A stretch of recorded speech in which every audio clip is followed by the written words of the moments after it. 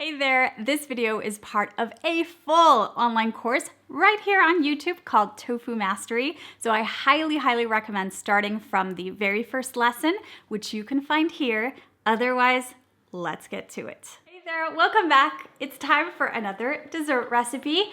This is by far my favorite dessert recipe using silken tofu. And as you probably remember from our basics videos, silken tofu is that very soft tofu that can only be used for desserts or making creams or puddings, things like that.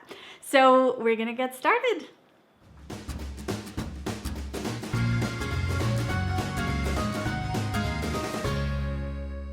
Now, one thing you'll be needing for this recipe is some vegan sweetened condensed milk. Now, you can find that in vegan stores, you can find that online, but if you don't have access to it, do not worry, because we're providing my favorite recipe for sweetened condensed milk that is 100% vegan. The only thing you need to know is you need to make it a day in advance because it needs to really chill and set in the fridge. And that's what I have right here. So we'll be linking to that video in our YouTube channel, and you have that recipe, the printable recipe, below as well. So now that we've covered that, let's begin. It's time to preheat your oven to 350 degrees Fahrenheit, which is about 180 Celsius. And I recommend having a large pie plate with a removable bottom just to make it easier to take your tart out. We're going to just do a light greasing of our pie plate here with some non-dairy butter, and just make sure to rub the bottom and the sides. The other thing I love about this recipe is that you'll be using a food processor or a blender if you don't have a food processor, and the machine does all the work for you. It's so easy. We're gonna start with our base for the tart, and it's going to be some vegan graham crackers. I'm going to add these in. Now I'm gonna process these until we have a fine powder. Now it feels and looks like dry sand, but we want wet sand. And in order for the tart base to hold its shape, we need to add a fat. We're going to use some non-dairy butter, melted previously, and just add it in. Let's process again until we have our wet sand consistency.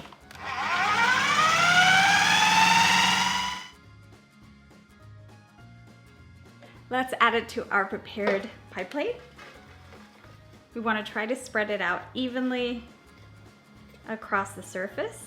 And now we're going to use our hands to press down and really get this as compact as possible. And we're going to take it up the sides a little bit.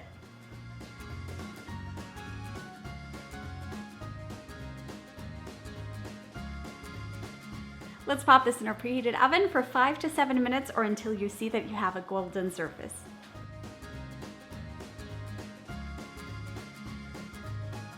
Our base is out of the oven, so I'm gonna let it cool on a rack, set it aside, and now we're gonna make our filling. Make sure to rinse out your blender or your food processor so that there aren't any remaining granules in there. To our cleaned out food processor, I'm gonna add the silken tofu. As you can see, this is why we don't cook with silken tofu. I took it out of the package and immediately it breaks apart on you. Let's add that in. We're gonna add our sweetened condensed milk. Oh, look at that. I like to add a bit more maple syrup to this. Your condensed milk is already sweetened, but we're adding a lot of lemon to this tart, and unless you really like it really acidic, a little extra sweetness won't hurt. Some vanilla extract. And our thickener. This is what's going to hold that tart together. Some cornstarch. I'm gonna give this an initial blending up before we add the lemon juice. Now, I love this tart with a lot of that lemon flavor, so I'm gonna go ahead and add the lemon juice now. Always freshly squeezed is best. If you want to reduce this amount, feel free to. You can add it slowly and taste the mixture as you go along. I know that I'm gonna add the whole thing in. And now we blend again until creamy. Let's fold in our poppy seeds.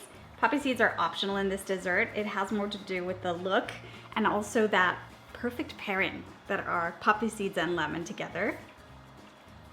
Now we're ready to pour this delicious mixture into our pie base.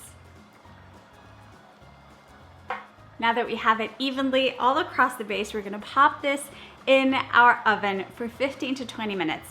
What we want to see is that the border is firm, but there is still a light jiggle in the center. I'll show you.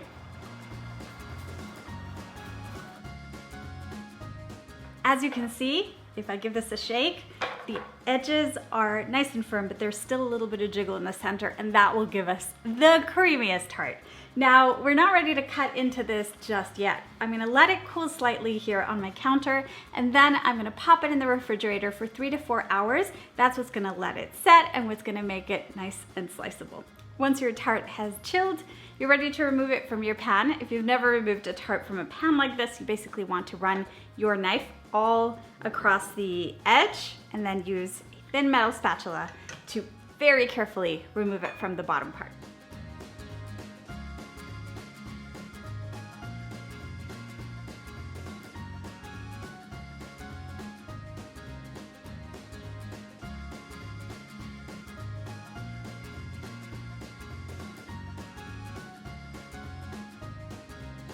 You won't believe how creamy this tart is. I can't wait to dig in.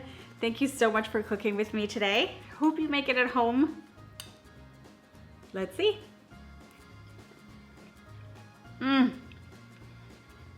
Oh my goodness, that base and all that lemon, it's amazing. Thank you so much for watching. I hope you loved this video. Yes, I know it's mean of me to leave chocolate so far along in the course, but patience is a virtue. In our next video, I teach you my go-to recipe for making delicious sweet potato brownies. And if that sounds weird, it's just because you haven't tasted them yet.